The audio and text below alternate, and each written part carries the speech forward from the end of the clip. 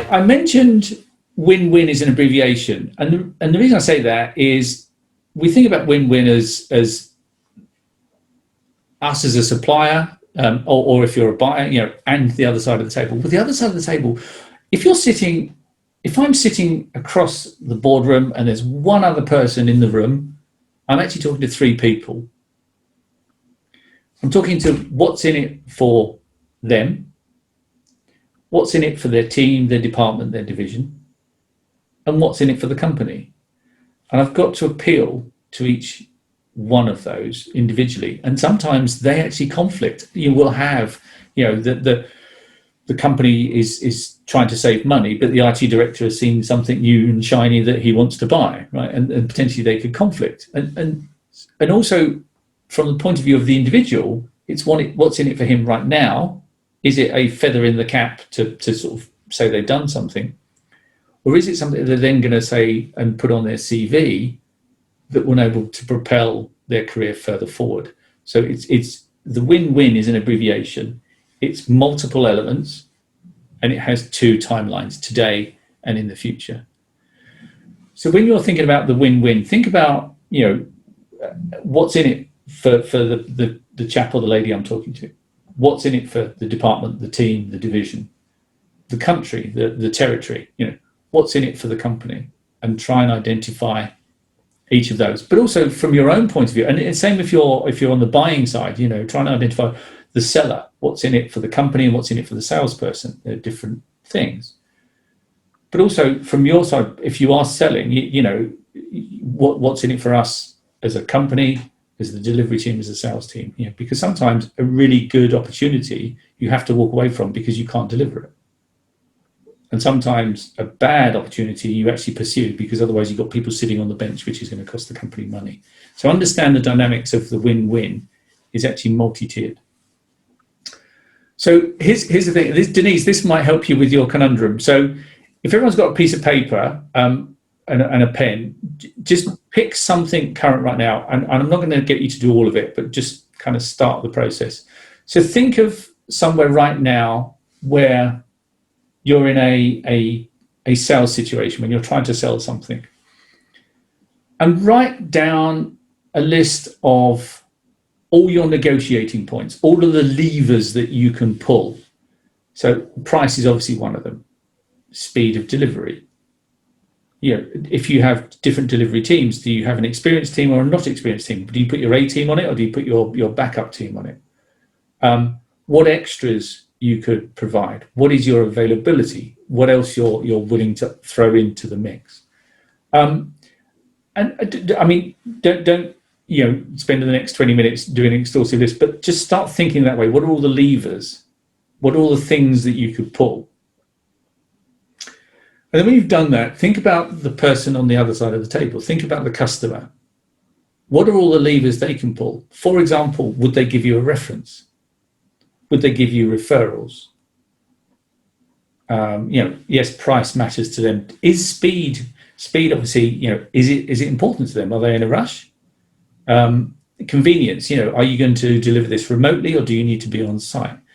So then list for them all the levers they can pull.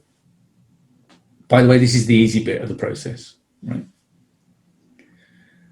And then, and don't do it now, this is a kind of takeaway, but here's what I'm happy to do. Denise, I don't know if everyone's got my information, I can share it, or you can share it later, but if you want to go through this and then give me a call afterwards, I'll walk you through it in a bit more detail so we can actually pick a real life example and we can go through it.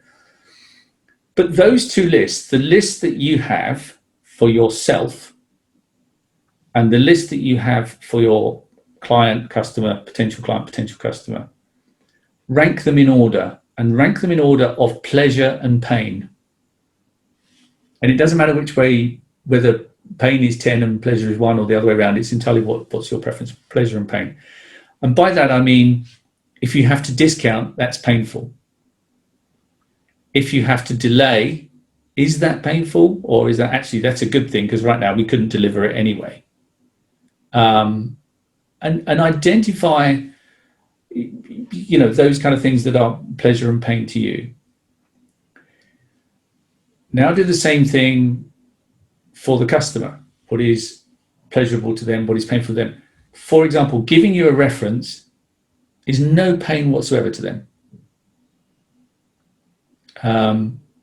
You sticking to your guns in terms of price might be extremely painful to them. And when you've done that, then rewrite the list, but in ranking order. And what you'll find is, and they're kind of opposing ranks. So in other words, what's painful for you is at the top, pleasurable for you at the bottom, or vice versa. And then what's pleasurable for them is at the top, painful for them at the bottom, or vice versa. So in other words, you have a direct comparison. In order for me to discount the price, which is by far and away the most painful thing, what am I willing to give? And you need to find something that's extremely painful for them. That's the easy bit. I said that's the easy bit, right? So it's identifying what you're willing to negotiate, what you're willing to give, and the next step is to understand in their mind what is a good outcome for them. In other words, the things that will bring pleasure to them, not add pain to them. And those are the things you want to negotiate on. So you're negotiating the things that benefit them, that don't hurt you.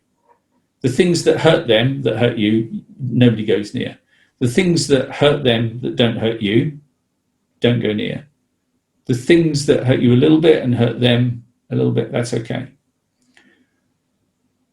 The other thing to do is, before you go into that meeting, is try and change the order in their mind. In other words, the stuff that is painful to you, try and position it that it's not actually that painful.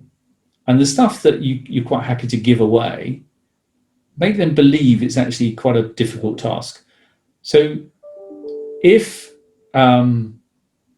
you're quite flexible on your time, maybe you need to go in there and go, look, there's no way we can deliver this in the next 6 weeks. And they go, oh no, we really need it. We can't do that. And you have that conversation. And by the time you eventually cave in and go, all right, look, here's what we're going to do. I'm going to go back and sort out some other customers. I'm going to reorganize my diary. I'm going to restructure some of what I'm doing. And I'm going to start your project a little bit earlier, and we will deliver it on time.